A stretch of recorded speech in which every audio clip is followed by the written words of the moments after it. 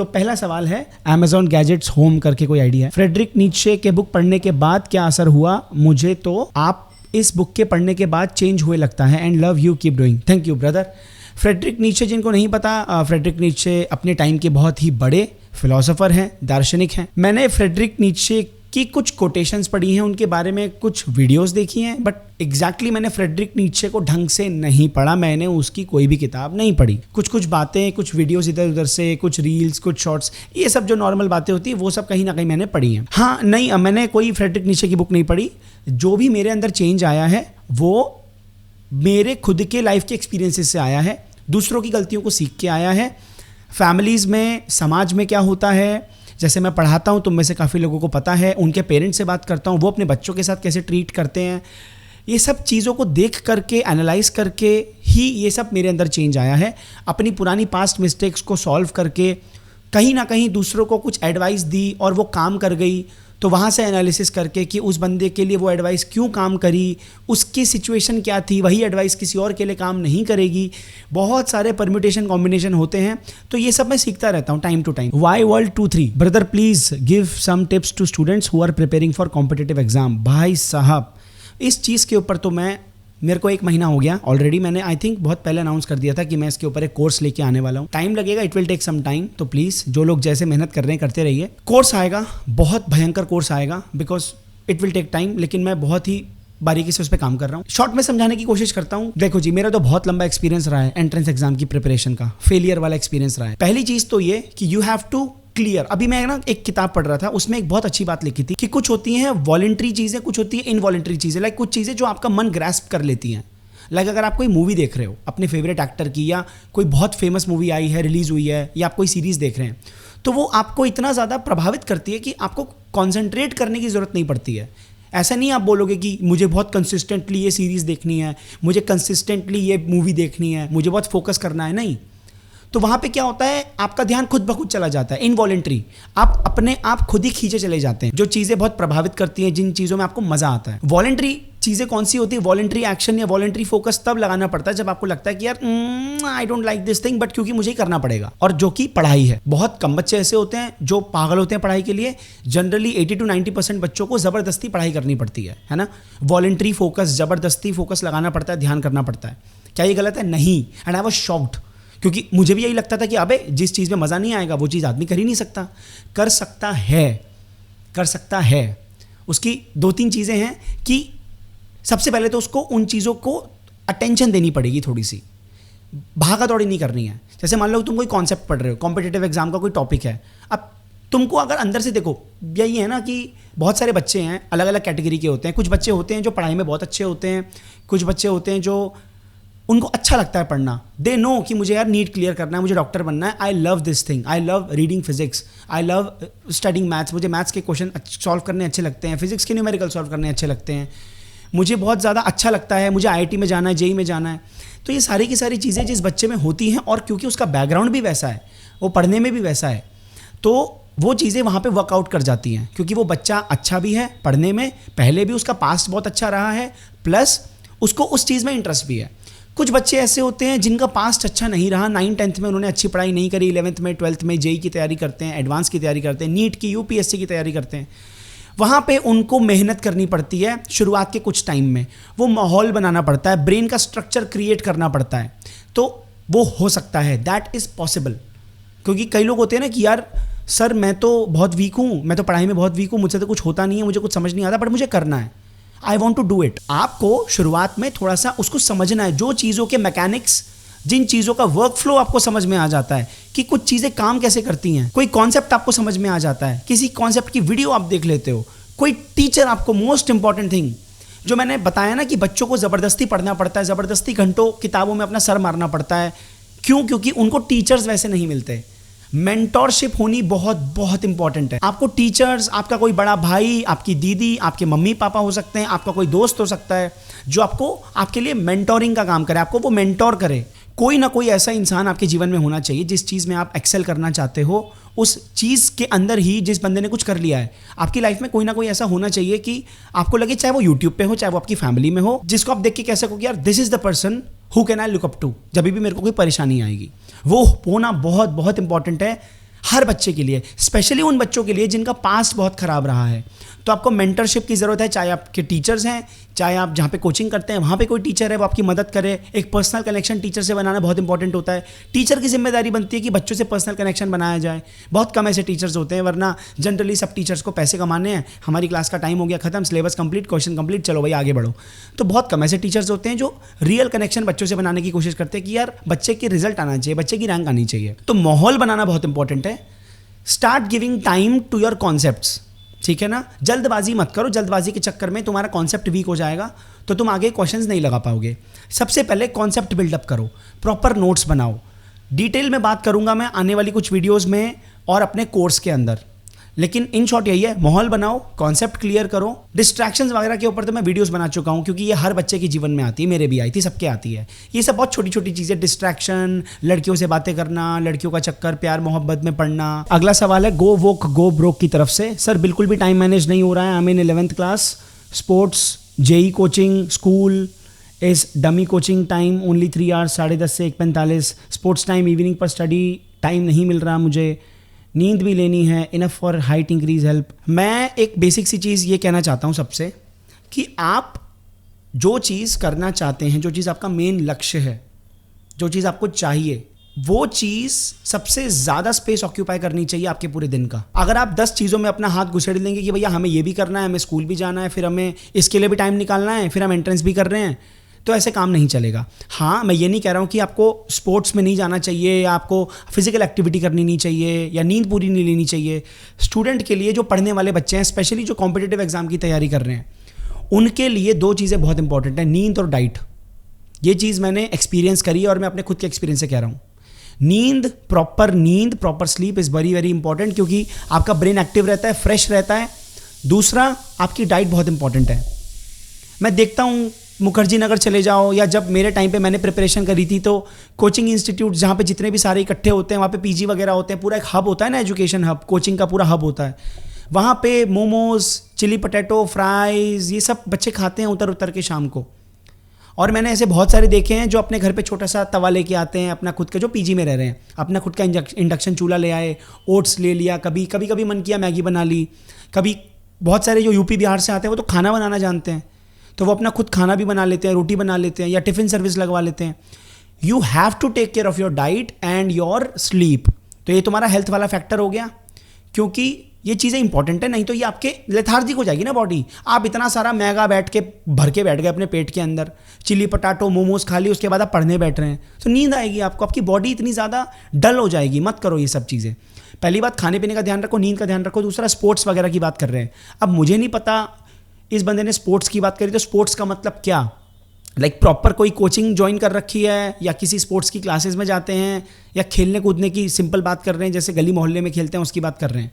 अगर देखो भैया तुमने कोई क्लासेस वगैरह ज्वाइन कर रखी हैं और आप स्कूल जाते हो, तो यार तो आपको थोड़ा सा देखना पड़ेगा। 1 घंटा इज इनफ, कोई दिक्कत नहीं है। आप 1 घंटा 1.5 घंटा फिजिकल एक्टिविटी कर रहे हैं, कोई दिक्कत नहीं है। चाहे आप किसी स्पोर्ट्स क्लासेस ले रहे हैं कहीं पे स्पोर्ट्स कॉम्प्लेक्स में जाके, या आप गली मोहल्ले में खेल रहे हैं, साइकिल चला रहे हैं, दोस्तों के साथ क्रिकेट खेल रहे हैं, that is good, very good, कोई दिक्कत नहीं है। बट अगर आपकी वो चीज़ इफेक्ट कर रही है आपकी नींद पे, आपके टाइम पे, तो फिर ये बहुत ज़्यादा गलत होने वाला है। बिकॉज आप ये देख लो ना कि आपको जाना कहाँ है, आपको स्पोर्ट्स में जाना है या आपको जेई क्रैक करना है। अगर आपको जेई क्रैक करना है तो आपको देखना पड़ेगा कि मेरे पूरे दिन का कितना परसेंटेज मैं जेई के लिए दे रही हूँ या दे रहा हूँ। उसके बाद जब आप ये सारा दे दो तो आपको लगेगा कि यार थोड़ा सा टाइम बचा है, ये टाइम मैं अपने फिजिकल एक्टिविटी के लिए रख लेता हूँ और इतना टाइम मुझे सोना है। तो ऐसे आप मैनेज करो। नेक्स्ट क्वेश्चन, आप बुक्स पढ़ते हो, non fiction like self improvement books, podcast सुनते हो, मोटिवेशनल स्पीकर को सुनते हो? यार बुक्स, हाँ मैं बुक्स पढ़ता हूँ। अभी तो मैं पैरेलली 2-3 बुक्स पढ़ रहा हूँ। लाइक मेरे दोस्त से मेरी बात हुई थी तो उसने मुझे बताया था कि मुझे पता नहीं था ये, उसने मुझे बताया कि पैरेलल रीडिंग भी कर सकते हैं। काफ़ी टाइम पहले की बात है, साल भर हो गया इस बात को, हमारी डिस्कशन हुई थी मेरे फ्रेंड की और मेरी। तो मैंने कहा यार ये चीज़ हो सकती है, मैंने कभी ट्राई किया नहीं था तो मुझे पता नहीं था। पैरेलल का मतलब 2-3 बुक्स आप रखो बिल्कुल अलग अलग जॉनरा की, लाइक कोई फिक्शन है, कोई ब्रेन के ऊपर है, कोई एकदम किसी और अलग ही टॉपिक के ऊपर है ना, बिजनेस के ऊपर है, तो आप पढ़ सकते हो। दिन में जैसे टाइम मिले, कभी 2 पन्ने इसके पढ़ लिए, 2 पन्ने इसके पढ़ लिए। मैं ऐसा भी कर लेता हूँ, कभी कभी 2 बुक्स भी रख लेता हूँ। कभी कभी मुझे लगता है कि नहीं यार अभी इस बुक को ढंग से पढ़ना है पूरी तरीके से, क्योंकि ये बुक मेरा पूरा अटेंशन चाहती है, पूरी तरीके से, तो फिर मैं उस बुक को ही ढंग से पढ़ता हूँ। तो अभी मैं कुछ बुक्स पढ़ रहा हूँ नॉन फिक्शन बुक। पहले मैं बहुत ज़्यादा पढ़ता था, धीरे धीरे अब क्योंकि ज़रूरत नहीं है उसकी इतनी, अभी भी पढ़ता हूँ क्योंकि अभी मेरे को काफ़ी काम करने हैं, मेरे को काफ़ी और चीज़ें जाननी है, तो अभी भी मैं नॉन फिक्शन बुक्स पढ़ता हूँ। फिक्शन बुक्स मैंने अभी कुछ टाइम पहले पढ़नी स्टार्ट करी, जैसे मैंने अभी 3-4-5 महीने पहले चित्रलेखा पढ़ के ख़त्म करी है। जिन लोगों को काफ़ी मैं देखता हूँ कमेंट आते हैं कि फ़िलॉसफी के ऊपर बुक्स बताओ, तो भैया सबसे पहले तुम सबसे आसान और सबसे बेसिक बुक पकड़ो, चित्रलेखा। वो किताब तुम पढ़ो, वो किताब तुमको ये समझाएगी कि आदमी का मन क्या क्या करवा सकता है, आदमी का मन कितना दोगला होता है। ठीक है, पूरी कहानी है चित्रलेखा। जिन्होंने पढ़ी है उनको पता होगा, जिन्होंने नहीं पढ़ी आप ऑर्डर करिए चित्रलेखा, हिंदी में पढ़िए, आपको बहुत मज़ा आएगा। तो पॉडकास्ट, हाँ मैं पॉडकास्ट सुनता हूँ, बिजनेस पॉडकास्ट में सुनता हूँ, और फिल्म मेकर्स जितने भी हैं उनके पॉडकास्ट सुनता हूँ। अभी मैंने अनुराग कश्यप का पॉडकास्ट सुना, नवाजुद्दीन सिद्दीकी का पॉडकास्ट सुना, अभी मुझे और 2-3 पॉडकास्ट सुनने हैं। तो बिज़नेस के ऊपर और फिल्म मेकर्स के ऊपर, डायरेक्टर्स के ऊपर मैं पॉडकास्ट सुनता रहता हूँ। मोटिवेशन स्पीकर को सुनते हो? नहीं, ज़रूरत नहीं है, ठीक है, बच्चा थोड़ी ना हूँ मैं। अगला सवाल है लर्निंग सिंह 5418। सर मैं ऐसा क्या करूँ, कैसे अपने माइंडसेट को रखूँ अपनी मेंटल पीस को बचाने के लिए कि मेरे पेरेंट्स की फाइट का मुझ पे कम से कम असर हो। उनकी फाइट्स मुझसे रिलेटेड नहीं होती, बट मुझे बुरा लगता है, एंड देन पढ़ाई पर कॉन्सेंट्रेट नहीं होता। उनकी ही बातें दिमाग में चलती रहती हैं जो पापा बोलते हैं मम्मी को लड़ाई में। सिंपल सी लाइन बोलूँगा, भाड़ में जाए तुम्हारी माँ, भाड़ में जाए तुम्हारे बाप, भाड़ में जाए तुम्हारे भाई बहन, भाड़ में जाए तुम्हारा पूरा खानदान। सुनते ही कितना बुरा लगा होगा ना, ये क्या बोल दिया इसने, बहुत एटीट्यूड है इसके अंदर, तो है ना, कुछ भी बक देता है। मैं बहुत लंबे समय के एक्सपीरियंस और बहुत सारी चीज़ें झेल के, बहुत लोगों के एक्सपीरियंस सुन के एक कंक्लूजन पे आया हूँ। रीज़न सुन लो। तुम्हारे पिताजी का जीवन तुम्हारे पिताजी का है, तुम्हारा तो नहीं है। तुम्हारी माताजी का जीवन तुम्हारी माताजी का है, तुम्हारा तो नहीं है। तुम्हारी बहन का, तुम्हारे भाई का, तुम्हारे दोस्तों का, इन सब का जीवन उनका है, तुम्हारा तो नहीं है। अब तुम्हारे दोस्त के घर में कितने भी भसड़ चल रही है, तुम्हें कोई फ़र्क नहीं पड़ेगा ना। हाँ थोड़ा बहुत ड्रामे कर लोगे, हाँ I am feeling bad for you, हो जाएगा, ख़त्म बात। अल्टीमेटली तुम्हें अपने जीवन से सबको अपने जीवन से मतलब होता है। कितने ही बेस्ट फ्रेंड्स हों, सबको अल्टीमेटली ये लगता है कि यार हमारी ज़िंदगी के लगे पड़े हैं ना भाई। अल्टीमेटली हाँ दोस्त हूँ अच्छी बात है, लेकिन पहले अपने ऊपर भी तो ध्यान देना है ना। बहुत इसी को तो बोलते हैं मोह माया, इसी को तो मोह बोलते हैं। ये मोह के चक्कर में तुमको बुरा लग रहा है। तुमको ये चीज़ समझनी पड़ेगी, तुम्हारे पापा ने जन्म लिया है, उनके अपने खुद के कर्म हैं, उनकी अपनी खुद की अपब्रिंगिंग है, उनके अपने जीवन की खुद की कुछ बकचोदियाँ हैं जो उन्होंने करी जीवन में। उन्होंने बहुत अपने खुद के वक्त में उन्होंने कुछ चीज़ें हैं जिनमें टाइम बर्बाद किया होगा।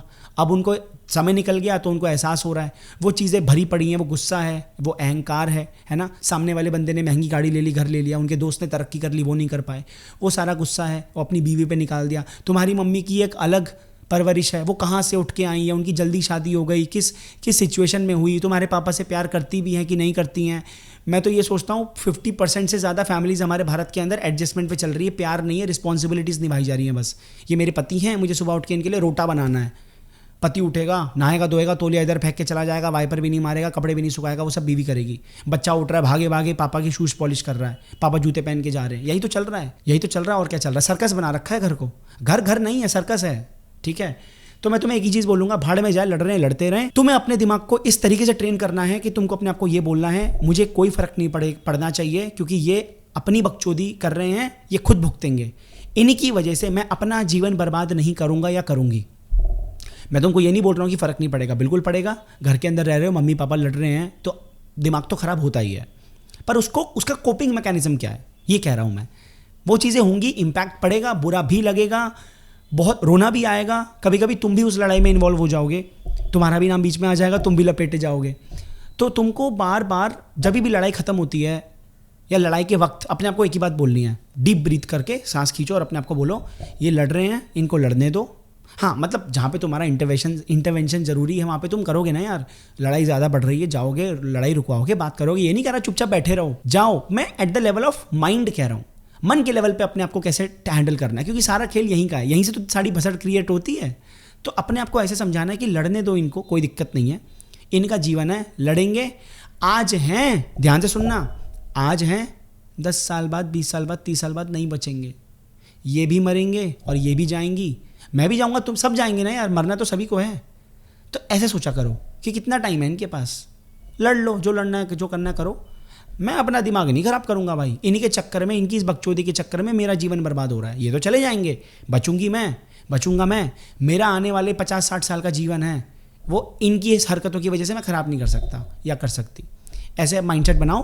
तो ये आपको ट्रेन करना पड़ेगा, अपने दिमाग को ट्रेन करना पड़ेगा। आपको बार बार ये बातें बोलनी पड़ेंगी, रिपीटेडली बोलनी पड़ेंगी, तब जाके आपके ब्रेन के अंदर वो चीज़ इतनी ज़्यादा अंदर हार्डवायर्ड हो जाएगी ना, इतनी ज़्यादा उसकी हार्डवायरिंग हो जाएगी कि अब अगली बार जब भी ऐसी लड़ाई होगी ना तो आप हैंडल कर लोगे। Next question is Raghav 6649, how to stop addictions, phone and all, even despite having the knowledge how to actually execute it and keep doing it.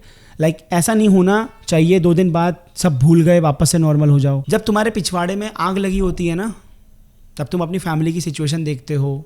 जैसे अभी ये पहला वाला मैंने क्वेश्चन लिया कि माँ बाप लड़ाई करते हैं, या जिसके घर में ये सिचुएशन है, अगर इस बच्चे के, ये कौन है, लड़का लड़की थी, लर्नर्स सिंह 5418 करके आईडी थी ना, तो आई थिंक ये लड़का ही होगा। अगर इसके जीवन में इसको लगता है ना कि ये सब चीज़ें हैंडल कर रहा है, झेल रहा है ये सब चीज़ें, तो इसके पिछवाड़े में आग लगी रहनी चाहिए कि मुझे कुछ करना है और मुझे अपनी फैमिली को इस सिचुएशन से बाहर निकालना है, या मुझे अपनी मम्मी को इस सिचुएशन से बाहर निकालना है, मतलब दोनों में से जो भी विक्टिम है, ठीक है। जब आग लगती है ना जीवन में, मैं तुम्हें सच में बता रहा हूँ, तुम कितनी मोटिवेशनल वीडियो देख लो, तुम मेरी कितनी वीडियो देख लो, कितनी बातें सुन लो मुझसे, जब तुम्हारे जीवन में एक्चुअल में पिछवाड़े में आग लगेगी ना, तुम यूट्यूब का मुंह तक नहीं देखोगे। भाड़ में गया यूट्यूब, भाड़ में गई मोटिवेशनल वीडियोस, भाई मुझे करना ही पड़ेगा और कोई ऑप्शन नहीं है। जब कमरे में अकेले बैठोगे और तुमको पता चलेगा, जब रियलिटी हिट करती है, तो ये सारी एडिक्शन एंड फ़ोन ये सब खत्म हो जाता है। भैया पढ़ने का बहुत मन करता है, 1 घंटे से ज़्यादा नहीं हो पाता। मोटिवेशन के लिए वजह बहुत सी हैं, ठीक है, टाइम मैनेजमेंट नहीं होता, मोबाइल देखता रहता हूँ, अगेन वही, रात में सोने से पहले बहुत रिग्रेट होता है, सेल्फ सैबोटेज होगा ही, टाइम निकल गया, जानता हूँ कि काम करना है, फिर काम करना पड़ेगा अगर लाइफ में एक स्टेप और आगे जाना है, पर ये मन बहुत कुत्ती चीज़ है। बिल्कुल है, मन तो बहुत बड़ी कुत्ती चीज़ है और काम की चीज़ भी है, इसको हैंडल करना सीख जाओगे तो। जानते हुए भी कुछ करता नहीं, भैया सॉल्यूशन चाहिए कि आपको सुनकर एक बार अपनी लाइफ ठीक कर सकूं। अरे भैया मुझे आगे बढ़ना है, कुछ करना है, प्लीज़ गाइड मी। तुमने ये बोला है कि 1 घंटे से ज़्यादा मैं पढ़ाई नहीं कर पाता, कोई दिक्कत नहीं है, ब्रेन की हैबिट ऐसी होती है। आप एक काम कीजिए, स्टार्टिंग में मैं जब पढ़ाता हूँ ना, तो मैं हर बच्चे को, हर पेरेंट से बोलता हूँ कि आप ना अपने बच्चे को ज़बरदस्ती बैठाइए मत पढ़ाने के लिए। आपके बच्चे के, हर बच्चे की पढ़ने की कैपेबिलिटी अलग अलग होती है। मैं क्लास में बच्चों को समझाता हूँ कि कितने ऐसे बच्चे हैं जो 20 मिनट तक बैठ सकते हैं, सब हाथ खड़ा करते हैं। कितने बच्चे ऐसे हैं जो 1 घंटा पढ़ सकते हैं, फिर कुछ हाथ खड़ा करते हैं। मतलब एक बारी में, 1 सिटिंग में, मतलब एक बार अगर बेड पे बैठ गए या टेबल कुर्सी पे बैठ गए तो उठेंगे नहीं, पढ़ के ही उठेंगे। वो मिनिमम टाइम कितना है, किसी का आधा घंटा, किसी का 45 मिनट, किसी का 1 घंटा, किसी का 2 घंटा भी होता है। डिपेंडिंग अपॉन योर कैपेबिलिटी आप धीरे धीरे अपना टाइम बढ़ाइए। मैं स्टार्टिंग कैसे करवाता हूँ, आप पहले 20 मिनट बैठिए, 20 मिनट पढ़िए, मतलब जितना आपका जो मिनिमम टाइम है कि बिना डिस्ट्रैक्शन के आप कब तक बैठ सकते हैं। वो टाइम, वो लेवल जब अचीव हो जाए कि भैया अब तो दिमाग की फट रही है, अब खड़े हो जाओ, वो टाइम कितना है। अगर किसी का 1 घंटा है और क्योंकि उसको पता है कि उसकी तैयारी इतनी बड़ी करनी है उसको, तो 1 घंटे से काम नहीं चलेगा, दिन में कम से कम उसको 4 से 5 घंटे देने पड़ेंगे, रिक्वायरमेंट है टाइम की। 1 घंटे से ज़्यादा पढ़ाई नहीं हो पा रही है तो आप 1 घंटा बैठिए, उसके बाद में आप 15-20 मिनट का गैप लीजिए, कुछ और ऐसी एक्टिविटी करिए जिससे आपके मन को शांति मिले।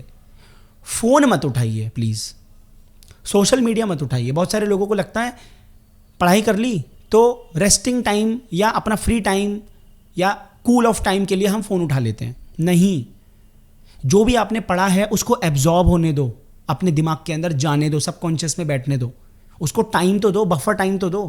पढ़ाई करते के साथ ही किताबें बंद, फ़ोन चालू, नहीं, ये मत करो। जो आपके पढ़ाई के बीच के ब्रेक्स होते हैं ना, उसमें फ़ोन मत चलाओ, बाद में चला लो, कोई दिक्कत नहीं है। जब आपका पूरा का पूरा पढ़ाई का पूरा शेड्यूल खत्म हो जाए, उसके बाद अलग से टाइम निकाल लो फ़ोन चलाने के लिए, लेकिन बीच के ब्रेक्स में फ़ोन मत चलाया करो। वो बहुत ज़्यादा इंटरफेयर करता है तुम्हारे लर्निंग प्रोसेस में, अंडरस्टैंडिंग प्रोसेस में।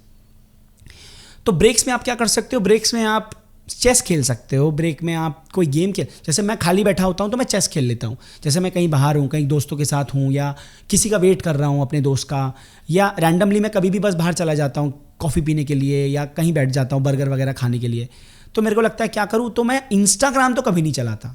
ये मेरी इतनी अच्छी आदत बन गई है क्योंकि मेरे को मज़ा नहीं है यार, अकेले रहो, शांति रखो, ज़्यादा बकचोदी नहीं चाहिए, इसकी कंट्रोवर्सी उसकी कंट्रोवर्सी, वो इधर लोकेशन भेज रहा है, वो ये कर रहा है, वो लड़ाई कर रहा है, इसने इसको गाली बक दी, क्या ये सब मैं करूँ? छोड़ो ना, अपने दिमाग पे काम करते हैं।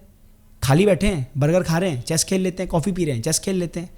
कभी कभी कॉफ़ी पीते पीते मेडिटेशन कर लेता हूँ या चेस खेल लेता हूँ, है ना, या फिर कमेंट्स का रिप्लाई कर देता हूँ, या कभी कभी मेरे पास में मेरा बैग होता है, पेन कॉपी होती है, तो मैं अगली वीडियो के लिए कुछ पॉइंट्स लिख लेता हूँ कि मेरे दिमाग में क्या क्या कुछ बढ़िया आ रहा है जो मैं शेयर कर सकता हूँ।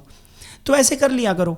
तो ये चीज़ें तुम कर सकते हो। तुम्हारी कोई और हॉबी है, पेंटिंग है, कुकिंग है, वो कर सकते हो। मेरे को तो बहुत अच्छा लगता है। जैसे मान लो तुमने 1 घंटा पढ़ाई करी, 1.5 घंटा पढ़ाई करी, फिर तुमने थोड़ा सा गैप ले लिया 15-20 मिनट का, कुछ छोटा मोटा बना लो, कुछ छोटा मोटा हल्का ओट्स बना लो, कुछ ऐसा बना लो, सैंडविच बना लो, ऐसा कुछ आपको कुछ ना कुछ ऐसी एक्टिविटी करनी पड़ेगी जो कहीं ना कहीं प्रोडक्टिव ही हो।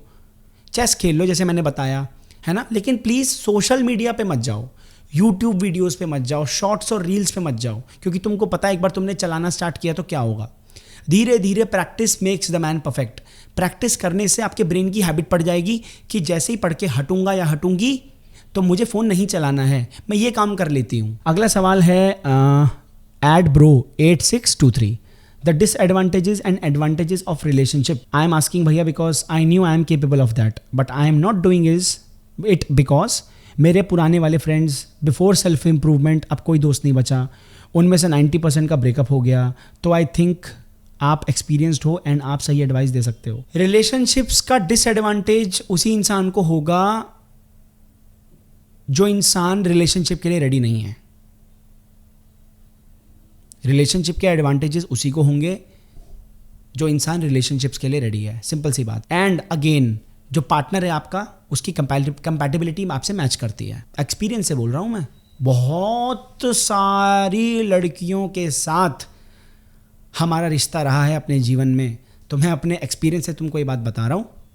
बहुत 4-5 साल 6 साल का एक्सपीरियंस है मेरा डिफरेंट लड़कियों के साथ, ठीक है। डिसएडवांटेजेस क्या हैं? गलत टाइम। कभी कभी क्या होता है, इंसान सही होता है पर टाइमिंग बहुत गलत होती है। गलत टाइमिंग पे आप सही इंसान के साथ जा रहे हैं, वहाँ पे चीज़ें मैनेज करना बहुत मुश्किल हो जाता है, वहाँ से निकलना बहुत मुश्किल हो जाता है। आपकी पढ़ाई का टाइम है, यूपीएससी क्रैक कर रहे हैं आप, यूपीएससी क्रैक करना चाहते हैं, जेई क्रैक करना चाहते हैं, बहुत भयंकर तैयारी करने की ज़रूरत है आपको, और आप किसी के साथ रिलेशनशिप में आने की कोशिश कर रहे हैं। लड़की बहुत अच्छी है या लड़का बहुत अच्छा है, बट आपका टाइम, या देखो हर चीज़ ना टाइम मांगती है। रिलेशनशिप भी एक बच्चे की तरह होता है, एक छोटे से पौधे की तरह होता है। उसको फेंसिंग करनी पड़ती है, उसमें रोज़ पानी डालना पड़ता है, उसमें खाद डालनी पड़ती है, उसको ध्यान रखना पड़ता है। बहुत ज़्यादा तेज़ धूप है तो उसको थोड़ा सा शैडो में रखना पड़ता है, छाँव में रखना पड़ता है, उसको टाइम टू टाइम पानी चाहिए, उसमें कीड़े तो नहीं लग रहे हैं, उसका ध्यान रखना पड़ता है। रिलेशनशिप भी एक तरह से एक छोटे बच्चे की तरह है, उसका पालन पोषण करना, उसका ध्यान रखना, ताकि वो फलता फूलता रहे, सक्सेसफुल बने। डिसएडवांटेजेस रिलेशनशिप के उन्हीं को होंगे जो लोग रेडी नहीं है रिलेशनशिप के लिए, या फिर जिनके साथ कोई ऐसा जुड़ गया है बंदा जो उनके साथ कंपैटिबिलिटी उनकी मैच नहीं हो रही है। तो सबसे पहले तो आपको ये देखना पड़ेगा कि भैया आपकी लाइफ का क्या स्टेज है अभी। ये मैं तुम्हें अपने खुद के एक्सपीरियंस से बता रहा हूँ। प्लीज़, अगर आपको लगता है कि अभी मेरी लाइफ में वो स्टेज नहीं है कि मैं रिलेशनशिप को टाइम दे पाऊँ, मैं तुम्हें लिख के बता रहा हूँ, मैं तुम्हें लिख के दे रहा हूँ। लड़कों को लगता है मुझे इससे अच्छी लड़की नहीं मिलेगी, और लड़कियों को लगता है मुझे इससे अच्छा लड़का नहीं मिलेगा। झूठ, सब मिलेगा।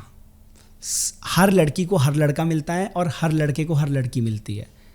ये सीधा सा हिसाब है इस दुनिया का। तुमको लगता है ना she is the one, he is the one, अबे नहीं भाई, मैं तुम्हें बता रहा हूँ, हर लड़की को यही लगता है ये मेरे लिए बेस्ट है, हर लड़के को ये लगता है ये तो इसी से मैं शादी करूँगा, ये तो मेरी लॉन्ग टर्म पार्टनर है। ऐसा नहीं है। ये अभी तुम्हें समझ में नहीं आ रहा, ठोकर खा के धोखे खा के लाइफ में आगे बढ़ के समझ में आ जाएगा अपने आप। नहीं तो मेरे से सीख लो, मैं तुम्हें बता रहा हूँ ऐसा नहीं है, ठीक है। आपको सब मिलेगा। टाइमिंग बहुत इंपॉर्टेंट होती है। अगेन, कोई बच्चा है वो जेई की तैयारी कर रहा है, ऐसे बहुत सारे एग्जांपल्स देखे हैं मैंने। मैं जब प्रिपेयर कर रहा था जेई के लिए, तो कपल थे, एक लड़का लड़की दोनों साथ में आते थे। हमको लगता था यार ये भाई बहन है, साथ में खाना खा रहे हैं, साथ में आते हैं, साथ में जाते हैं। हमको बाद में पता चला वो रिलेशनशिप में है। अभी की स्टोरी क्या है उनकी वो मुझे नहीं पता, बातचीत नहीं हुई उसके बाद से, 10 साल की बात, 10 साल पुरानी बात है। बट साथ में पढ़ाई करते थे, साथ में न्यूमेरिकल सॉल्व करते थे, एक दूसरे को सपोर्ट करते थे, एक दूसरे का साथ देते थे। ऐसी सिचुएशन में क्या होता है ना, दोनों की डायरेक्शन सेम है, दोनों के दोनों का मकसद सेम है, दोनों के दोनों को उतना ही टाइम अपनी पढ़ाई में देना है। यहाँ पे थिंग्स विल वर्क, यहाँ पे दोनों का एग्जाम भी क्लियर होने के बहुत ज़्यादा चांसेस हैं और यहाँ पे दोनों का रिलेशनशिप तो अच्छा होगा ही होगा। अब तुमने कोई ऐसी लड़की पटा ली जो बहुत फालतू है, जो सारा दिन अपनी यारी दोस्ती में रहती है, इधर उधर हांडती रहती है, तुम सीरियस हो, तुम पढ़ाई के लिए सीरियस हो, तुम्हें एग्जाम क्रैक करना है, तुम्हें अपने घर वालों का ध्यान रखना है। अब तुम पढ़ रहे होगे, तुम्हें वहाँ पे इनसिक्योरिटी होगी, वो किसी और के साथ तो नहीं चली जाएगी, वो किसी से बातें तो नहीं कर रही होगी, आज वो अपनी दोस्त के साथ पार्टीज़ में गई है, कोई लड़का तो उसको परेशान नहीं कर रहा होगा, या वो उसका अट्रैक्शन कहीं और तो नहीं हो जाएगा, वो मुझे छोड़ के तो नहीं चली जाएगी। तुम्हारे अंदर गूदा होगा ना अंदर, कोई तुम्हें छोड़ के नहीं जाएगा, एज सिंपल एज दैट, ठीक है ना।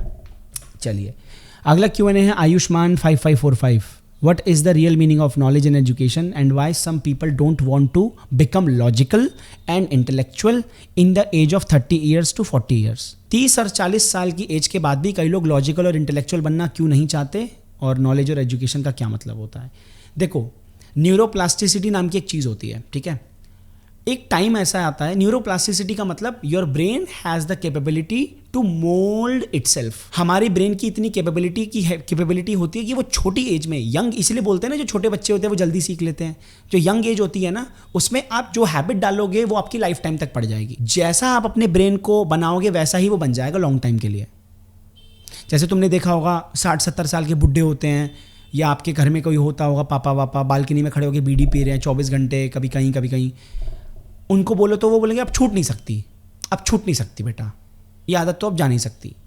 कुछ आदतें होती है ना, जैसे कि कई बाप होते हैं, नहाया तौलिया फेंक दिया बेड पे, बीवी संभालेगी, नहा के आए वाइपर ही नहीं मारा, गीला रह गया बाथरूम, बच्चे आकर के वाइपर मार रहे हैं, बीवी मार रही है।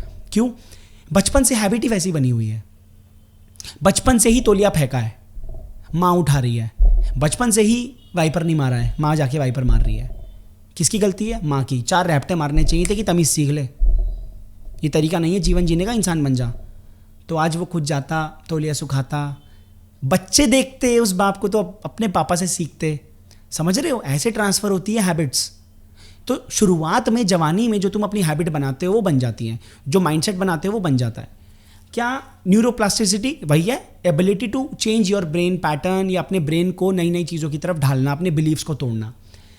क्या 30-40 साल के बाद आप अपने बिलीव्स को नहीं तोड़ सकते या अपनी आदतों को नहीं छोड़ सकते हैं? It is very very difficult, next to impossible है। इम्पॉसिबल नहीं है, नामुमकिन नहीं है, पॉसिबल है, बट बहुत ज़्यादा टाइम लगेगा, बहुत ज़्यादा विल पावर लगती है, क्योंकि इतनी एज हो गई है ना, जड़ बुद्धि होने लगता है, ब्रेन हार्ड होने लगता है एकदम। अब वो चेंज होना नहीं चाहता है, बट विल पावर से हर चीज़ हो सकती है। अगला है ऑर्गी टीवी, ये कैसा नाम है, कोई बात नहीं। Orgy TV 6382, sir toxic parents पे वीडियो बनाई हुई है यार, टॉक्सिक पेरेंट्स पे मैंने वीडियो भी बनाई हुई है, टॉक्सिक पेरेंट्स की पूरी सीरीज़ भी बना रखी है, आप प्लेलिस्ट जाके देखिए, आपको मिल जाएगी। Dhruv Rawat 07, question 1, gym is important for college students और not, does it affect career? नहीं, बिल्कुल भी नहीं। अभी कुछ टाइम पहले मैं क्लास के अंदर, बच्चे थे, 2 लड़के बोले सर हम ना 11th क्लास से जिम जाएंगे। तो मैंने बोला भाई देखो 2-3 चीज़ें तुमको बता देता हूँ, जिम जाना आसान नहीं है, 700-800 रुपये, 1000 रुपये जो भी तुम जिम की फ़ीस दोगे वो अलग। उसके बाद में जब जिम जाते हैं तो बॉडी एनर्जी ख़त्म कर देती है, बॉडी की एनर्जी ख़त्म होती है, you need carbohydrates for your body, ताकि एनर्जी आए तभी तो वज़न उठाओगे। तो तुम्हारे मसल्स के अंदर जब तक एटीपी नहीं होगा, ATP is adenosine triphosphate, ATP होते हैं, एनर्जी करेंसी है। सेल के अंदर ताकत चाहिए ना, तभी तो वज़न उठाएगा। तो अब आपकी बॉडी में एनर्जी चाहिए, एनर्जी कहाँ से आएगी? कार्बोहाइड्रेट से, ठीक है ना, carbs are the source of energy. अब तुमको एनर्जी चाहिए ताकि तुम वजन उठा सको, ठीक है। उसके बाद तुम्हारा मसल ब्रेक डाउन होगा तो बॉडी बनानी है, वेट गेन करना है तो प्रोटीन खाना पड़ेगा। प्रोटीन खाना इन द सेंस ऐसी चीज़ें जो प्रोटीन, जिनमें प्रोटीन होता है, पनीर हो गया, चिकन हो गया, अंडे हो गए। जो लोग नॉन वेजिटेरियन है, वेजिटेरियन हो गए तो अलग अलग चीज़ें वो ढूंढेंगे, चिकपीस और राजमा, छोले, ये सब, ठीक है। अब तुम्हें लगता है कि एक बच्चा है पढ़ने वाला, जिसको पढ़ाई पे भी ध्यान देना है, अब वो जिम भी जा रहा है, अब वो जिम की फीस भी दे रहा है, ठीक है। फिर वो अपने घर वालों के पिछवाड़े में उंगली करेगा, मुझे प्रोटीन ला के दो, मुझे गेनर ला के दो, मुझे पनीर चाहिए। अब हमारी मम्मी क्या है, वो तो रोटी सब्जी बनाएंगी, भैया सीताफल बनी है, रोटी बनी है, दही डाल के खा ले, मैं तो यही बना सकती हूँ। अब वो बच्चा क्या करता है, मम्मी ये मेरा खाना थोड़ी ना है, ये डाइट थोड़ी ना है, डाइट तो कुछ और होती है, क्योंकि वो उन यूट्यूबर्स को देख रहा है, फिटनेस यूट्यूबर्स को, वो डाइट बता रहे हैं कि ये खाओ, वो खाओ, फलाना बनाना शेक बना के पियो। तो मैं तुमको एक ही बात बोलता हूँ कि यार इतना ज़्यादा अभी जिम में मत घुसो, स्पेशली स्कूल में तो बिल्कुल भी नहीं।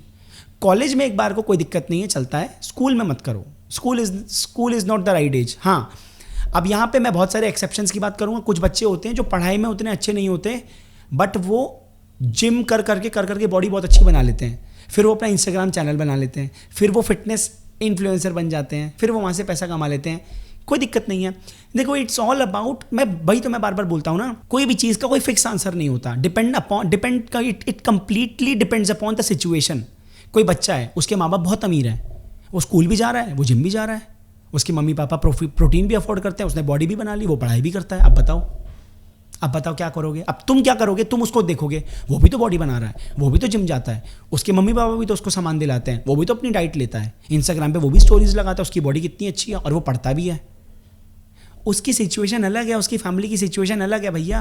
सुबह सुबह उठ के उसके घर में रंडी रोना नहीं होता है पैसों को लेकर के, फाइनेंशियल सिचुएशन को लेकर के। तुम्हें अपनी फैमिली के हिसाब से, अपनी सिचुएशन के हिसाब से देखना पड़ेगा कि तुम्हें जिम जाना है नहीं जाना है। और पहली बात, राजवीर सिसोदिया, राजवीर फिटनेस सीरीज़ है ना, मैंने उस बंदे को देखना स्टार्ट करा था कोविड में, और वो मेरे को बंदा बहुत पसंद है। उसकी जो नॉलेज है फिटनेस में, उस चीज़ को लेकर के, और मुझे उसकी पर्सनैलिटी भी अच्छी लगती है एज फार एज सच्चाई इज कंसर्न्ड। ठीक है, ऑनेस्ट है बंदा अंदर से, इसलिए मुझे पसंद आया था। उसने बहुत प्यारी बात बोली थी। उसने बोला था कि भाई अपने माँ बाप को ना अपने शौक के लिए परेशान मत करो। ये 18, 19 साल के लड़के जिम जाने लग जाते हैं, अपने माँ बाप से प्रोटीन का पैसा मांगते हैं, 3, 4, 6 हज़ार रुपये का प्रोटीन का डब्बा आता है, मास गेनर मांगते हैं, डाइट के पैसे मांगते हैं। क्यों? तुम्हारे मम्मी पापा तुम्हारे स्कूल की फीस भर रहे हैं, ट्यूशन की फीस भर रहे हैं, यूनिफॉर्म दे रहे हैं, छोटा छोटा सामान जो भी तुमको चाहिए वो दे रहे हैं ना, जो रिक्वायर्ड है वो दे रहे हैं ना। तो ज़बरदस्ती अपने फालतू शौक पूरे करवाने के लिए उनसे पैसा मत मांगो। या तो कॉलेज के अंदर हो, जाओ ट्यूशन पढ़ाओ, खुद पैसा कमाओ, कहीं ना कहीं कुछ करो, ऑनलाइन कुछ अपना काम चालू करो, वहाँ से पैसा कमाओ और अपने सपने वहाँ से पूरे करो। तुम्हारे मम्मी पापा ने इस चीज़ की जिम्मेदारी नहीं ली कि अब हम अपने बच्चे को छोला उबाल के देंगे, हम अपने बच्चे को पनीर काट के देंगे, हम अपने बच्चे को प्रोटीन ला के देंगे, एग्स खा ले बेटा, बॉइल्ड एग्स बना दिए, इसमें इतना ग्राम प्रोटीन है। ये जिम्मेदारी नहीं है उनकी। उनकी जिम्मेदारी है 3-4 टाइम का खाना देना, रोटी दही सब्जी, खाना पीना, कपड़ा धुल गए, ये उनकी जिम्मेदारी है। जितना वो कर सकते हैं उतना। अपने माँ बाप को प्लीज़ परेशान मत कीजिए अपनी जिम वाली बकचोदी के लिए। ठीक है, अगला सवाल है Manas this side, how to deal with people who play the victim even after doing something wrong and make you feel like you are the one who is treating them like shit. बहुत अच्छा सवाल है ये। कभी कभी क्या होता है आपकी लाइफ में, कुछ ऐसे लोग होते हैं जिन्होंने खुद बकचोदी करी होती है, खुद का चुतियापा मचाया हुआ होता है, लेकिन वो सारा ब्लेम तुम पे डाल देते हैं और तुमको ऐसा महसूस कराते हैं कि तुम्हारी गलती है। ऐसे लोगों से बात करना बंद कर दो। और अगर ऐसे इंसान से तुम प्यार करते हो, तुम्हारे मम्मी पापा हैं या दोस्त है या गर्लफ्रेंड है, बॉयफ्रेंड है, तो डिस्टेंस मेंटेन कर लो, बात करना बंद कर दो। सामने वाले बंदे को अपने आप समझ में आ जाएगा कि यार इसने मुझसे बात करनी बंद कर दी है, क्या चक्कर है। तुमसे पूछेगा, सीधा डायरेक्ट मुंह पे बोलो। मैं एक चीज़ मानता हूँ, किसी भी रिश्ते को अच्छा बनाना है, प्योर बनाना है, सॉलिड बनाना है, सक्सेसफुल बनाना है, सीधा जाकर के वो बात बोल दो जो तुम्हारे दिल में है। अंदर रखोगे, ग्रजेस पैदा होंगे। सीधी जाकर के बात बोल दो। सामने वाले बंदे को अच्छी लगेगी, वो बता देगा, शेयर कर लेगा, रीज़न दे देगा, एक्सप्लेनेशन दे देगा। सामने वाले बंदे का मुंह बन जाएगा, टट्टी जैसा बनाने दो। दैट मीन्स वो बंदा तुम्हारे लिए लायक ही नहीं है तुम्हारे साथ रहने के। घर वाले हैं तो इग्नोर करो, कोई दिक्कत नहीं है। ये बहुत बहुत अच्छा सवाल है, पता है। बहुत सारे लोग विक्टिम कार्ड प्ले करते हैं, तेरी वजह से ऐसा हो गया, तूने उस दिन ऐसा बोल दिया था इसलिए ऐसा हो गया। अरे किसी के बोलने से, किसी के कुछ करने से कुछ नहीं होता है। ठीक है, ऐसे लोगों से बात करना बंद कर दो प्लीज़। नहीं तो मैं ऐसा पता क्यों कह रहा हूँ, ये लोग तुम्हारा दिमाग खराब करेंगे, तुमको स्ट्रेस देंगे, तुमको टेंशन देंगे, तो तुम्हारा दिमाग खराब हो जाएगा इन सब चीज़ों में। तुम्हारे पास और भी चीज़ें हैं कि नहीं है काम करने के लिए, तो साइड हटाओ ना ऐसे लोगों को। और अगर नहीं हटा सकते, बहुत ज़्यादा इमोशनल बॉन्ड है, बहुत ज़्यादा कनेक्ट है, तो जाओ बात करो, बोलो भाई 2 घंटे के लिए कहीं मिल, आराम से तुझसे बात करनी है, फ़ोन पे आराम से। और मैं बता रहा हूँ, जब सीरियस टॉक्स होते हैं ना, तो फेस टू फेस फिजिकली मिलके बात किया करो। चैट पे लड़ाई मत किया करो, चैट पे इमोशंस डिलीवर नहीं होते हैं, बहुत ज़्यादा मिसअंडरस्टैंडिंग होती है। आप मिलिए, बात कीजिए, बहुत सीरियस बात है, बोलिए यार कहीं मिलना है, आराम से बैठ के बात करते हैं, चल आराम से कहीं बैठो, आराम से शांति से किसी जगह पे मिलो और बात करो, डिस्कस करो। सामने वाले बंदे को लगेगा तुम्हारे साथ रहना है, उसको ये चीज़ उसकी प्रायोरिटी होगी, तो वो तुमको समझेगा या समझेगी। नहीं हो रहा है, वो चीज़ें बार बार रिपीट हो रही हैं, साइड कर दो। बतेरे लोग हैं, बहुत दुनिया है। ठीक है भैया, मेरा एक क्वेश्चन है कि कैसे अपने माइंड को कॉन्स्टेंटली ऑब्जर्व करें आई मीन लेट्स से कोई थॉट आया और हमें पता ही नहीं चला कब आधा घंटा निकल जाता है उसी नेगेटिव या पॉजिटिव थॉट के बारे में सोचते सोचते। अचानक से कुछ समय बाद हम अवेयर होते हैं कि अरे ये मैं क्या कर रही हूँ, ये नहीं सोचना है, इसको इम्पोर्टेंस नहीं देनी है, एटसेट्रा एटसेट्रा। ऐसे कैसे हो सकता है कि कोई थॉट आया और मैं इंस्टेंटली उसको अवॉइड करके राइट एक्शन ले सकूँ, अंडरलाइन एक्शन। और प्रॉब्लम ये भी है कि माइंड को मज़ा आने लगता है कि एक चीज़ को पढ़कर बैठने में, राइट एक्शन ना लेने में। How to be more aware and take the right action immediately, please make a video on this और reply. I hope understand what I am trying to say. हाँ, I understand what you are trying to से।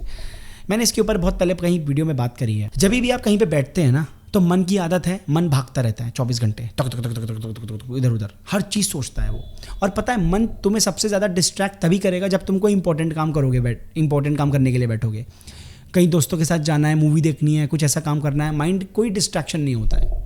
मन तब distract करेगा जब तुम शांति से बैठने लग जाओगे। शांति से बैठोगे तो अचानक से फुदक के निकलेगा स्प्रिंग की तरह। हाँ भैया, फ़ोन चला लें, पॉन देख लें, मास्टरबेट कर लें, ये कर लें, वो कर लें। अगेन मैं कह रहा हूँ, प्रैक्टिस लगती है इसके लिए। इसको कहते हैं सेल्फ अवेयरनेस, माइंडफुलनेस कहते हैं इसको साइकोलॉजी की टर्म में। आप शांति से बैठे, आप ऑब्जर्वर बन जाइए अपने माइंड का। देखिए कोई थॉट आ रहा है, तुरंत अलर्ट हो जाओ कि ये थॉट आया, क्या ये थॉट मेरे काम का है, क्या ये थॉट जेन्युइन है, क्या इसको सोच करके, इस थॉट को अटेंशन दे करके क्या कुछ फ़ायदा होने वाला है अगले 15 मिनट तक। अगर हाँ, अगर होने वाला है तो उस थॉट को एनर्जी दो। जिस भी विचार को ऊर्जा दोगे वो विचार बलवान बन जाएगा। जिस विचार को ऊर्जा नहीं दोगे वो विचार बलवान नहीं बन पाएगा, कमज़ोर रह जाएगा। यानी कि अटेंशन देना, जिस भी थॉट को अटेंशन दोगे वो थॉट बड़ा हो जाएगा। जिस थॉट को अटेंशन ही नहीं दोगे वो थॉट अपने आप डस्टबिन में चला जाएगा, ज़ीरो हो जाएगा। तो थॉट को अटेंशन देना है, नहीं देना है, इसकी प्रैक्टिस करनी पड़ेगी। बैठे हैं पढ़ाई करने के लिए, अचानक से कोई विचार आता है, ऐसा हो गया तो, वैसा हो गया तो तुरंत अलर्ट हो जाओ। क्या फ़ायदा, इस थॉट के ऊपर मैं आधा घंटा वेस्ट करूंगी, इसका क्या फ़ायदा है, छोड़ दो, खत्म हो गई बात, वापस पढ़ाई पे आ जाओ। 15 मिनट के बाद फिर दोबारा कोई विचार आ जाएगा, आएगा, बिल्कुल आएगा। ऐसे करते करते करते करते करते करते पता नहीं पूरे दिन में कितने विचार आएंगे जो डिस्ट्रैक्ट करेंगे। बार बार लड़ते रहना है। अर्ली एंड सिल्वा, पता नहीं क्या आईडी का नाम है। Sir, how do I know which career will suit best for me और how do I know what to choose after 12th में जो भी तुमने अपना सब्जेक्ट ले रखा है उसके बेसिस पे तुम कोई कॉलेज पकड़ो। अगर तुम्हारे 12th में मार्क्स अच्छे नहीं आए हैं तो जाहिर सी बात है प्राइवेट कॉलेज लेना पड़ेगा डोनेशन दे करके। तुम्हारे फैमिली वाले अलाउ कर रहे हैं और धक्का मुक्की खा के कुछ ना कुछ कर ही रहे हैं, करवा लो, ठीक है। क्योंकि you need time in college, क्योंकि जो बकचोदी अभी करी है, नंबर नहीं लाए हो, 12वीं में अच्छा कॉलेज नहीं मिला, तो फिर उसका कंपनसेट उसको कॉलेज में करना पड़ेगा। और मुझे कैसे पता चलेगा मेरा करियर क्या बेस्ट है, ऐसे नहीं पता चलता है, it will take time. Initial phases में क्या करो, जिस फील्ड में तुमने अपना जो सब्जेक्ट ले रखा है, साइंस या कॉमर्स या आर्ट्स, डिपेंडिंग अपॉन तुमको कोई सब्जेक्ट अच्छा लगता है या कुछ भी जुगाड़ लगा करके तुम बोलो कि यार चल ये कुछ ऐसी पढ़ाई है जो मैं कॉलेज में कर लूँगी, ये कॉलेज तो मैं ले ही लेती हूँ, ठीक है। उसके बाद की बात देखी जाएगी। कॉलेज के अंदर एक बार एंटर कर जाओगे, उसके बाद start exploring yourself. Social media पे जाना है, कुछ और काम करना है, किसी और फील्ड में जाना है, फैशन डिज़ाइनिंग में जाना है, एडिटिंग में, कुछ भी जाना है आपको, ग्राफिक डिज़ाइनिंग में जाना है, कुछ भी किसी भी फील्ड में जाना है, start exploring in college. College एक ऐसा टाइम होता है जहाँ पे मस्ती भी करनी है और एक्सप्लोर भी करना है अपने आप को, क्योंकि कॉलेज से तुरंत निकलने के बाद भाई दुनिया एकदम पलट जाएगी। प्लेसमेंट्स, नौकरी, घर वालों का प्रेशर सब आएगा तुम्हारे पास, तुम्हारे दोस्तों की नौकरियाँ लग रही होंगी। तो जितने भी लोग अभी 12th में हैं, कॉलेज के फर्स्ट ईयर में हैं, मेक श्योर कि आप एक्सप्लोर कर रहे हैं, नई नई चीज़ें ट्राई कर रहे हैं, फेल हो रहे हैं, कुछ नया कर रहे हैं, सीख रहे हैं। इनमें से कुछ ऐसी चीज़ें निकल के आएंगी जो तुमको लगेगा okay all right, this is something, इस चीज़ के लिए मैं बहुत ज़्यादा क्रेव कर रहा हूँ, ये चीज़ बहुत बढ़िया है, इसको करते हैं, ऐसी फीलिंग आएगी। उस चीज़ को आप आगे कैरी फॉरवर्ड करिए। आशिका आकाश, एक सेकेंड, आशिका आकाश है या आशी का आकाश है, पता नहीं। Ashika Akash 1166, how to not get distracted from what others are doing. For example, अगर कोई CA कर रहा है तो उसको देख के मुझे भी इंटरेस्ट आने लगता है कि मैं भी करूं, and then I deviate from my original plan. It's very hard to keep my mind in one place. बहुत सारी लाइफ में ऐसी चीज़ें आती हैं जब आपको लगेगा कि अच्छा ये कर रहा है, मैं भी कर लूँ क्या, वो ये कर रही है मैं भी कर लूँ क्या। ये मत देखो कोई क्या कर रहा है, सामने वाला बंदा सीए कर रहा है मे बी क्योंकि उसको इंटरेस्ट है उसके अंदर, तुमको है कि नहीं है। दूर के ढोल सुहावने लगते हैं, सीधी बात बता रहा हूँ। Grass is greener on the other side always, ऐसा हमेशा होता है। तो प्लीज़ आप इस चीज़ का ध्यान रखें, आप अपने तक रहें, आप कोई चीज़ कर रहे हैं उसी पे टिके रहें। अगर आपको लगता है सामने वाला बंदा ये काम कर रहा है, उसके लिए थोड़ा सा रिसर्च करके देख लो, थोड़ी सी पढ़ाई करके देख लो कि क्या ये पूरे साल भर में कर सकती हूँ।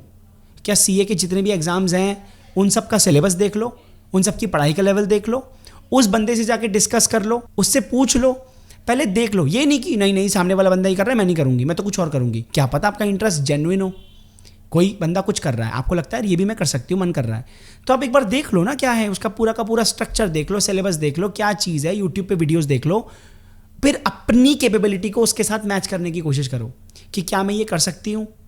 नहीं, ऐसा तो नहीं है 2 महीने के लिए जोश में आ जाऊंगी और उसके बाद छोड़ दूंगी, फिर वो रिग्रेट में आ जाओगे कि यार मैंने वो ट्राई किया था छोड़ दिया। Good bad news 2125। भाई सब कहते हैं कि अपने पैशन को फॉलो करो, जो पसंद आए वो करो लाइफ में, बट नाउ मुझे कुछ चीज़ें समझ में आ रही हैं, मुझे कुछ चीज़ें समझ में नहीं आ रही, मैं क्या करूं, because I don't have any passion and as profession भी कुछ नहीं है and I am also graduated, but अब समझ नहीं आ रहा क्या करूं लाइफ में। अगर आप ग्रेजुएट हो चुके हैं और अगर आपको लगता है कि फाइनेंशियली अगर आप अभी वीक हैं और आपको बहुत ज़्यादा ज़रूरत है पैसों की, आप प्लीज़ तुरंत कोई भी नौकरी चुन लीजिए। कोई भी नौकरी, कितने की भी नौकरी, 15,000 मिले, 20,000 मिले, आप ट्राई कीजिए आपको नौकरी मिले।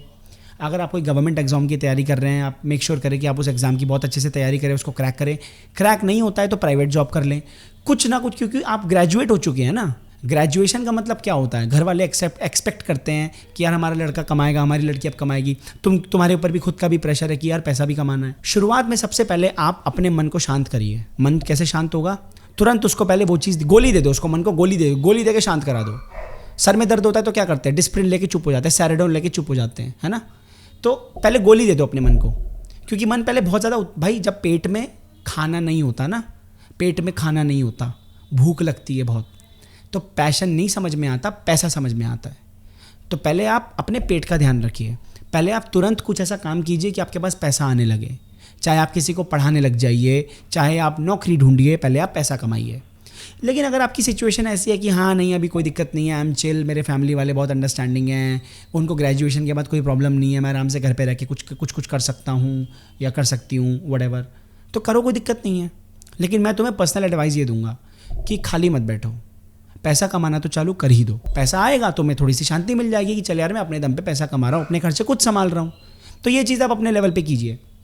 उसके बाद इस समय में ये जो टाइम होगा आपका पैसे कमाने वाला, नौकरी करने वाला, इस टाइम में आप वो चीज़ें भी करिए जो आपको करने का मन है, एक्सप्लोर कीजिए। खुशी Jaiswal 7916, I am a fresher preparing for competitive exam, great. I always have self-doubt as many more will sit for the exam, repeaters भी होंगे and those who are even in that government job and they are preparing for 3 and 4 years and so got experienced। तो यही रहता है बस मन में कि मेरा कैसे होगा। यार ऐसा कुछ नहीं है, मैं तुम्हें बता रहा हूँ, ऐसे बहुत सारे लोग हैं जो सालों सालों से एंट्रेंस एग्जाम की तैयारी कर रहे हैं, इतने एक्सपीरियंसड हैं, सारा सिलेबस रटा हुआ है, लेकिन फिर भी उनसे क्रैक नहीं होता। और एक ऐसा बच्चा जो सिर्फ 1 साल की तैयारी करता है और एक ही बारी में क्रैक कर जाता है। ये क्या फ़र्क है फोकस का, टू द पॉइंट सिलेबस करने का, राइट डायरेक्शन में प्रैक्टिस करने का। 3-4 साल हो गए लोगों को तैयारी करते करते, अभी तक एग्जाम नहीं निकल रहा है। क्यों? वो खरगोश और कछुए वाली कहानी सुनी है? वो कछुआ धीरे धीरे धीरे धीरे धीरे धीरे चलता है और जीत जाता है। खरगोश है, बड़ा है, बहुत तेज़ है, रफ्तार भी बहुत तगड़ी है, लेकिन भटका हुआ है, वो कभी इधर भागेगा, कभी इधर भागेगा, कभी कुछ करे, कभी कुछ करेगा। आपको लगता है कि कोई लोग 3 साल से तैयारी कर रहे हैं, आपको क्या पता 3 साल में किसी ने कितना टाइम कहाँ वेस्ट कर दिया, और आपको क्या पता किसकी सिचुएशन में, किसकी लाइफ में क्या सिचुएशन हुई है। ओए मेरा हेयर बैंड गिर गया। आपको क्या लगता है कि किसकी लाइफ में क्या सिचुएशन हुई है, क्या दुर्घटना घटी है, आपको नहीं पता है। You don't know anything about उस इंसान के बारे में। तो ऐसा नहीं होता। दूसरा एक सवाल ये है कि बहुत सारे लोग बैठेंगे, मैं तुम्हें बता रहा हूँ, मान लो कि एग्ज़ाम है, उसमें 100 लोग बैठे हैं, ठीक है, एंट्रेंस एग्ज़ाम है, उसमें 100 लोग बैठे हुए हैं। आपको क्या लगता है वो 100 के 100 स्मार्ट हैं? 100 में से 50% बच्चे तो वो बैठे हैं जो एवं ही आ गए बस कि चल यार छोले भटूरे खाने चलते हैं, अबे वो एग्ज़ाम निकला है, भर दे क्या फॉर्म, चल भर देते, जो होगा देखा जाएगा। आधे तो वैसे होते हैं, कुछ होते हैं जो जेन्युइनली उस फॉर्म को भरते हैं क्योंकि उनको वो जॉब चाहिए या वो एग्ज़ाम उनको क्रैक करना है, बट वो ढंग से पढ़ाई नहीं करते, डिस्ट्रैक्शन, रिलेशनशिप, ये सब इन सब में रह जाते हैं। ठीक है, मान लो 100 में से 50 लोग तो ये निकल गए, 20-25 ये निकाल लो, तो मान लो मैं 100 में से 70 बच्चे निकाल देता हूँ, ऐसे ये डिलीट हो गए, बचे 30। अब 100 में से ये 30 बच्चे कौन हैं जो तैयारी भी करना चाहते हैं, सिंसेरिटी से काम भी कर रहे हैं, लेकिन इन्होंने उस लेवल की तैयारी नहीं करी। किसी ने मॉक टेस्ट नहीं दिया, किसी ने कुछ चैप्टर्स छोड़ दिए, किसी ने कुछ सिलेबस छोड़ दिया, कोई एग्जाम में जाके बहुत ज़्यादा होपलेस हो गया बच्चा, किसी को चक्कर आ गए, कोई पढ़ के बहुत अच्छे से गई थी लड़की लेकिन स्ट्रेस के मारे गलत कर दिए क्वेश्चंस। एंड में जीतेंगे वही 5 से 10 बच्चे पूरे 100 में से जो ढंग से पढ़ाई करके गए हैं विदाउट एनी डिस्ट्रैक्शंस, जिन्होंने ढंग से सिलेबस कंप्लीट किया है, मॉक टेस्ट टाइम पे दिए हैं, स्ट्रेस को भी हैंडल किया है, टाइम को भी मैनेज किया है उस 3 घंटे के 2 घंटे के एग्जाम में। तो अल्टीमेटली 100 अगर तुम अपने आप को उन बच्चों में मानना चाहते हो, मानना ही चाहिए, तुम्हारा कंपटीशन है ही नहीं ना 5-10 से ही है, 90 बच्चों से है ही नहीं, वो तो एवं ही थे बस। ऐसे सोचा करो। Living my family for 1 to 2 years for my financial and personal growth is immoral. नहीं, बिल्कुल भी नहीं। तुम्हारे परिवार वालों ने अगर तुमको बोला होगा कि तू अपने परिवार को छोड़ रहा है या छोड़ रही है 1-2 साल के लिए अपने फाइनेंशियल पर्सनल ग्रोथ के लिए, बिल्कुल भी नहीं। आने वाले टाइम में यही फैमिली तुमको माला चढ़ाएगी जब तुम बहुत पैसा कमा लोगे। लेकिन हाँ, अगर तुम बकचोदी करने के लिए परिवार छोड़ रहे हो, बाहर घूमोगे, हांडोगे, तो वो गलत है। लेकिन अगर तुम अपनी ग्रोथ के लिए, अपनी फाइनेंशियल ग्रोथ के लिए परिवार को छोड़ रहे हो, छोड़ना चाहिए तुमको बिल्कुल। देखो यार, अब यहाँ पे सिचुएशन भी है ना, तुम्हारी फैमिली में कोई बीमार है, तुम्हारे परिवार वालों को तुम्हारी ज़रूरत है, तो वहाँ पे कोशिश करो कि तुम्हें ना छोड़ना पड़े। अगर ऐसा कुछ नहीं है तो बिल्कुल छोड़ के जाओ। मैं तो बोलता हूँ भाई, घर से बाहर निकलो। आधा मिडिल क्लास का जो ये पूरा का पूरा आधा मिडिल क्लास का स्लॉट है ना हमारे भारत में, वो इसी वजह से आधा बर्बाद है, क्योंकि वो घर में रहता है, वो बाहर ही नहीं निकला है। बाहर निकलो आप। अगला सवाल है, टीचिंग फील्ड का स्ट्रगल क्या होता है? बीएड करने के बाद केवीज या एमसीडी स्कूल में लग सकते हैं या प्राइवेट में जाना पड़ेगा? करंटली परसुइंग DL.Ed, मुझे नहीं पता ही क्या डिग्री है। Kindly guide me for future endeavours, your most loyal subscriber, धन्यवाद, and fellow aspirants of becoming a teacher. देखिए जी, टीचर अगर आपको बनना है तो सबसे पहले आपको क्या होना पड़ेगा? खुश होना पड़ेगा कि आप टीचर बन रहे हैं। सबसे पहले आप देखिए टीचर की क्या रिस्पॉन्सिबिलिटी होती है। मैं पता है लाइफ में मेरी एक फ़िलॉसफी ये है कि जो भी आप काम कर रहे हैं ना, उसका कोर क्या है, उसके फंडामेंटल्स क्या हैं, क्या होता है वो बनने से। इंजीनियर बनना है तो सिर्फ जेई के पिछवाड़े में घुसना नहीं है। इंजीनियर बनना है तो कोर प्रिंसिपल्स क्या हैं। कुछ टेक्नोलॉजी पे काम करना चाहते हैं, AI पे काम करना चाहते हैं, कुछ बढ़िया क्रिएट करना चाहते हैं, उसको समझिए। लोग ना चकाचौंध देखते हैं, IIT, मेंस, नीट, एम्स, ये बड़े बड़े कॉलेजेस। पहले कोर फंडामेंटल्स को क्लियर रखो।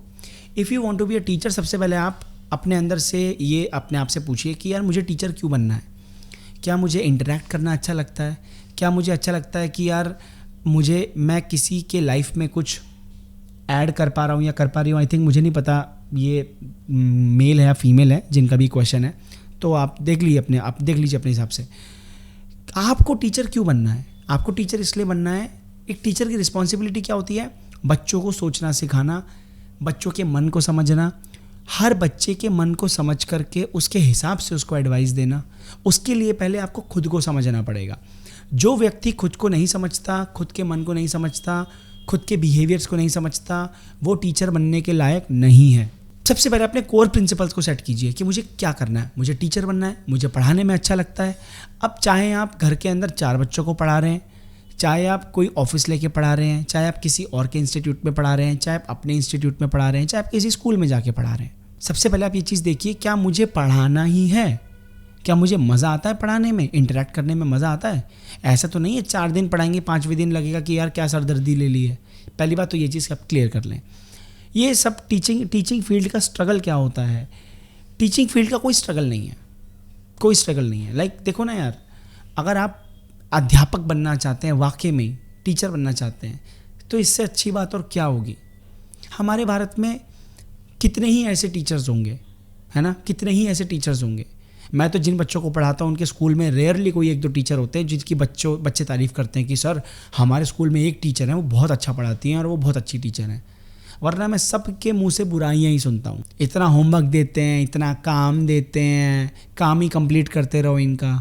तुम सोच के देखो, स्कूल वाले इतना इतना काम देते हैं, कॉपियां भरवा लो, फाइलें भरवाते रहते हैं, प्रोजेक्ट वर्क करवा लो, किस लिए, क्यों इतना पैसा बर्बाद कर रहे हो? अगर मेरे को हाथ में दे दिया जाए ना एजुकेशन इंडस्ट्री, तो सबसे पहले मैं एक काम खत्म करूंगा, हॉलीडेज, होमवर्क, ये प्रोजेक्ट फाइलें, ये सब कराना बंद करो। हाँ, कुछ ऐसी चीज़ें करवाना इंपॉर्टेंट है जो क्रिएटिव होती हैं। बच्चे करते क्या हैं, स्टेशनरी की दुकान पे अपने आसपास किसी को पकड़ा देते हैं, 1000 रुपए के अंदर फाइलें कंप्लीट करवाते हैं। तो क्या करवा रहे हैं आप? गूगल से, विकीपीडिया से प्रिंट आउट निकलवा करके वही सेम बच्चा भरता रहता है, फोटो चिपकाता रहता है। आधे बच्चों के घर वाले उनका हॉलीडेज होमवर्क करते हैं। Just waste of time, just waste of time. इससे बढ़िया है आप बच्चों को बोलिए कि तुम छुट्टियों के बाद इन सब टॉपिक्स पे प्रिपेयर करके आओगे और क्लास में आकर के 10 मिनट की, 15 मिनट की स्पीच दोगे। कम से कम कॉन्फिडेंस तो आएगा, बच्चा बोलना तो सीखेगा। पहली चीज़ ये क्लियर करनी है। दूसरी चीज़, अगर आप अच्छे टीचर हैं, बच्चे आपसे प्यार करेंगे, बच्चे फीडबैक देंगे। बच्चे मरते हैं कि इस टीचर को निकलवाना नहीं है किसी भी तरीके से स्कूल से। केवी में चले जाओ, एमसीडी में चले जाओ, प्राइवेट में जाना, किसी में भी चले जाओ, आपको पढ़ाने से मतलब होना चाहिए। और आप ये भी देख लो कि यार मेरा दिमाग खराब तो नहीं हो रहा। Like administration point of view से कह रहा हूँ, बच्चों के पॉइंट ऑफ व्यू से नहीं कह रहा हूँ। स्कूल की पॉलिटिक्स, स्कूल के रूल्स एंड रेगुलेशंस, तुम्हारे ऊपर कितना प्रेशर आएगा ऊपर से, उस चीज़ को देखते हुए कोई ऐसा स्कूल ज्वाइन करो जहाँ पे तुम्हारी पूरी एनर्जी पढ़ाने में जाए, ना कि एडमिनिस्ट्रेशन से लड़ने में जाए कि तुमने मेरे इतने लेक्चर लगा दिए, तुमने मेरे इतने पीरियड लगा दिए, मेरे को वहाँ पे ड्यूटी दे दी, मेरे को यहाँ पे ड्यूटी दे दी, मैं तो यहाँ पे पढ़ाने आई हूँ या आया हूँ, ये थोड़ी ना करने आया हूँ। इस चीज़ का बहुत ध्यान रखना है। स्कूल ऐसा चुनना है अब, क्योंकि पहले तो पता लगेगा नहीं, तो प्लीज़ आप कॉन्टैक्ट बनाइए, पता कीजिए कोई टीचर आपकी जानकार में है। अगर आपको लगता है कहीं से इन्फॉर्मेशन मिलती है कि यार ये स्कूल ठीक है, पढ़ाने पे ज़्यादा फोकस करता है, टीचर्स को थोड़ी सी फ्रीडम है, तो अच्छी बात है। क्योंकि अल्टीमेटली टीचर का सारा फोकस इन्हीं सब चीज़ों पे चाहता रहेगा, वरना स्कूल की पॉलिटिक्स पे कि किस टीचर ने किसकी क्या बुराई करी, किसकी कहाँ ड्यूटी लगा दी। अरे टीचर हो, पढ़ाने आए हैं यार, ठीक है ना। स्कूल का जो एडमिनिस्ट्रेशन है ना, उसका सारा काम पैसे कमाने का है। पैसा कमा लो, टाइलें लगवा लो, पंखे लगवा लो, एसी लगवा लो, जो इनको चलाने नहीं है। सर, आत्मज्ञान और अहंकार में अंतर बता दो। आत्मज्ञान और अहंकार दोनों साथ में एग्जिस्ट नहीं कर सकते कभी भी। अगर आत्मज्ञान हो गया है तो अहंकार की कोई गुंजाइश नहीं है, और अगर अहंकार है तो आत्मज्ञान के होने की कोई पॉसिबिलिटी नहीं है।